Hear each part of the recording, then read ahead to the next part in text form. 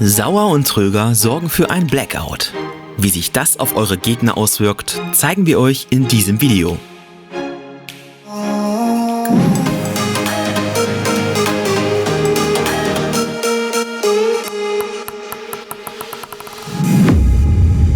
Mit dem Blackout hat die Materialschmiede Sauer und Tröger also einen Hightech-Anti am Start, der regulär bei knapp 40 € liegt.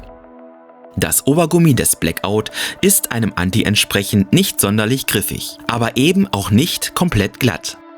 Sehr speziell ist wohl der hellblaue, weiche Schwamm, der uns persönlich in Sachen Konsistenz an Kaubonbons erinnert hat. Mit lediglich 42 Gramm ist der ungeschnittene Belag unabhängig davon durchaus als Leichtgewicht zu bezeichnen. Der Dots-Test zeigt, dass der Blackout ein niedriges Tempo an den Tag legt und mit dem Schwamm äußerst dämpfend auf den Ball einwirkt. Die Schnittempfindlichkeit ist gering, eine gewisse Restgriffigkeit ist also doch vorhanden.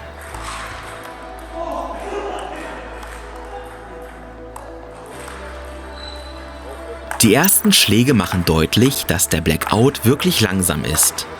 So verlangt er im einfachen Spiel am Tisch eine durchaus markante Bewegung nach vorne.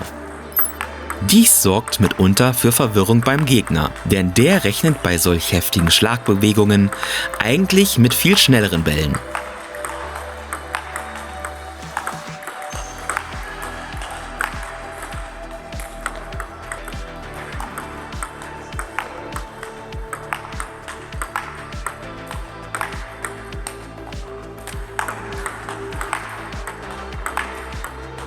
Der normale tischnahe Block lässt sich mit leicht geschlossenem Schlägerblatt kontrolliert vollziehen und produziert dabei flach abtauchende Bälle.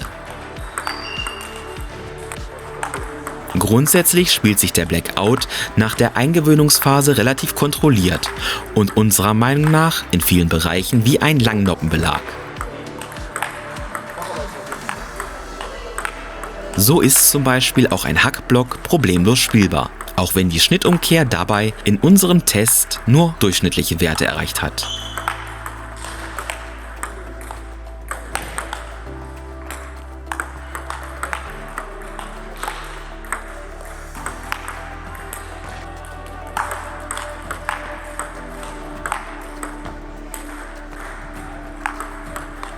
Im Konterspiel zeigt der Anti, dass er auch offensiv eingesetzt werden kann.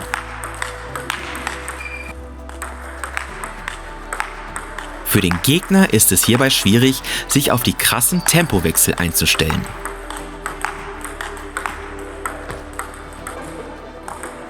Das Schupfen gelingt relativ kontrolliert, wobei man durch das niedrige Tempo einen überraschend langen Armzug spielen muss, um den Ball übers Netz zu befördern.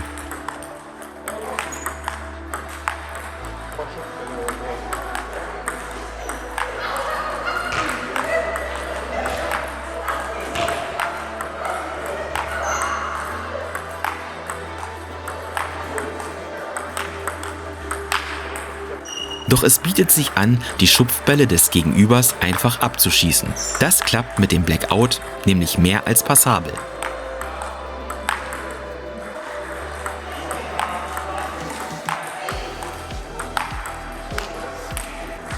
In der langen Abwehr eignet sich der Blackout unserer Meinung nach durchaus zum Bringen und kann dabei ebenfalls kontrolliert eingesetzt werden. Die Unterschnittentwicklung ist hierbei allerdings nicht sonderlich hoch.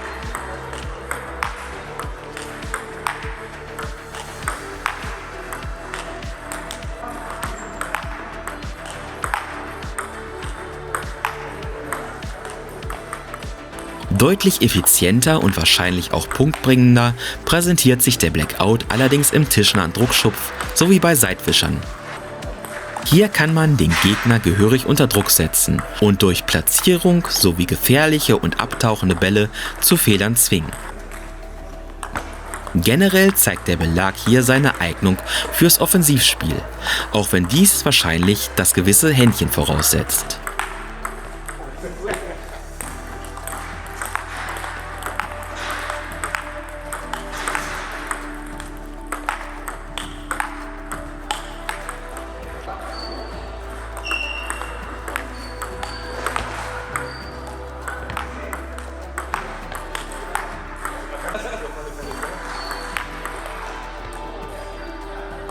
Gerade das Zusammenspiel zwischen langen Angriffsbällen und überraschend kurzen Ablagen zeichnet den Blackout unterm Strich aus.